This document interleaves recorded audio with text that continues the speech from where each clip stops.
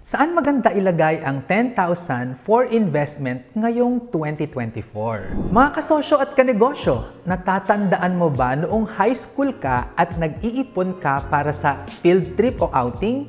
Yung tipong 10 pesos dito, 20 doon. Sa huli, basta't may sipag at determinasyon, nagagawa nating maabot ang ating goals. Ganito rin sa investing. Kahit na 10,000 pesos lang ang iyong puhunan, maraming opportunities para mag-grow ang pera mo. Sa previous article ko tungkol sa 100,000 investments, marami ang nagtanong, Sir Vince, paano kung 10,000 lang ang budget ko? Huwag kang mag-alala dahil narito na ang aking tugon para sa iyo. Emergency savings. Bago tayo sumabak sa malalaking laban ng investments, may paalala ako. Magtayo muna tayo ng matibay na pundasyon. Paano ba ito? Simple lang. Simulan sa emergency savings. Para sa mga may 10,000 na pang-invest, ito ang mga magagandang options na secure at kikita ka pa. ATM account sa commercial banks. Alam nyo ba, parang loyal friend ang ATM account. Reliable at laging andiyan. Oo, mababa ang interest, pero kung usapang security, panalo ito. At hindi lang yan, available halos saan ka man magpunta. Kung gusto mong malaman paano ito gawin, bisitahin ang aking previous article tungkol dito. Ito ang pinaka-basic dahil kailangan nating matuto sa formal banking para handa tayo sa more sophisticated investments in the future. Digital banks. Ito mga kasosyo para sa mga techie at laging online.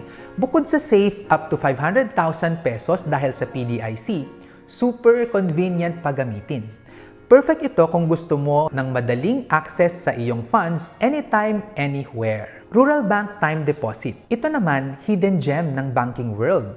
Higher interest rate kumpara sa commercial banks at protected pa rin up to 500,000 ng PDIC.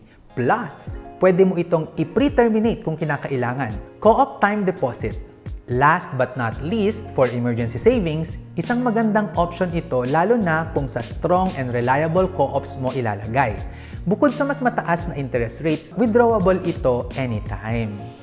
Aminado tayong ang 10,000 pesos ay maliit kung tutuusin sa usapin ng investment. Pero ito ay iyong stepping stone towards financial stability.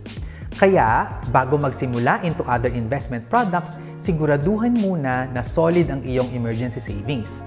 Ang ideal target amount ay 9 times to 12 times of your monthly income para dito.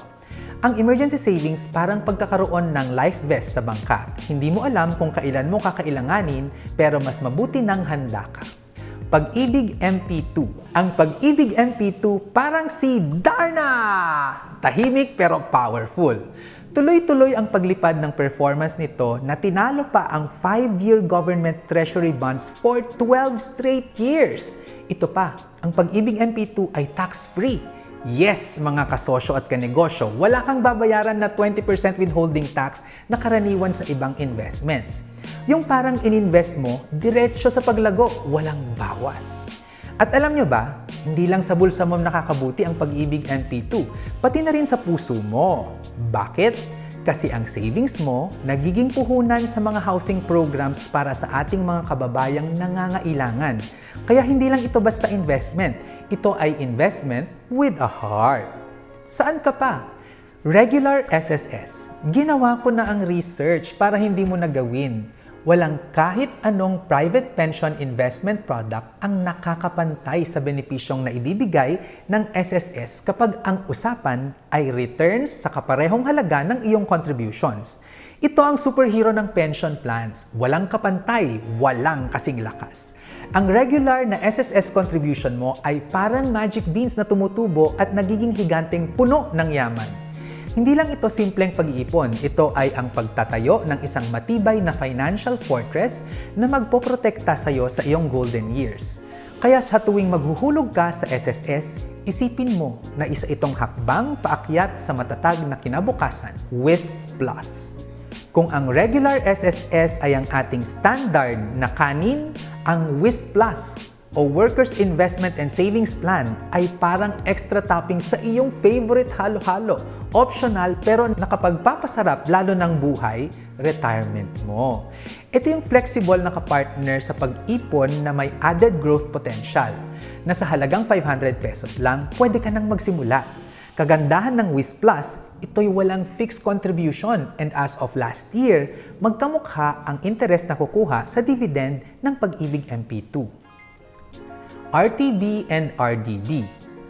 Ang RTD, Retail Treasury Bond, ay sa ating pambansang pera habang ang RDB, Retail Dollar Bond, ay sa dolyar. Parehong handog ng gobyerno para sa mga Pinoy na gustong magkaroon ng parte sa ating ekonomiya. Hindi lang basta investment, ito'y pagtulong na rin sa pagpapaunlad ng ating bansa sa mga proyektong pang-infrastruktura, agrikultura, edukasyon at kalusugan. Ang RTD at RDB ay para sa bawat Juan at Juana na naghahangad ng stable at reliable na kita. Kumpara sa regular na bank deposits, mas mataas ang potential returns dito.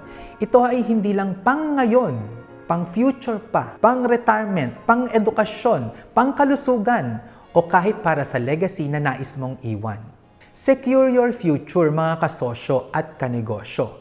Sa pagtatapos ng ating talakayan, naway may mga bituin na magliwanag sa landas ng iyong financial journey.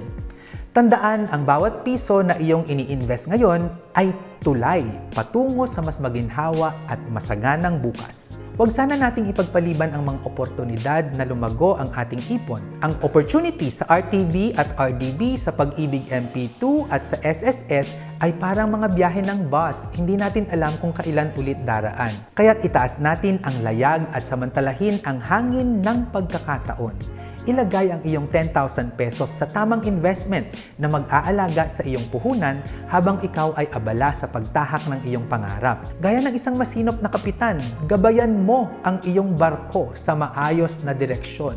Maging matapang, maging mautak, at higit sa lahat, maging handa sa paglalakbay na may kahandaan sa anumang unos na darating. Ako si Sir Vince, ang iyong financial guro, ay laging nandito para magbigay ng liwanag at gabay. Sa ating pagtutulungan at pag-aaral, walang imposible. Kaya't simulan na natin ngayon dahil ang yaman hindi lang nasa kinang kundi nasa kapayapaan ng loob at katiwasayan ng buhay mo. Kasama mo ako sa bawat hakbang patungo sa yaman na may kabuluhan, ang pagyaman na pag-aaralan at napagtutulungan.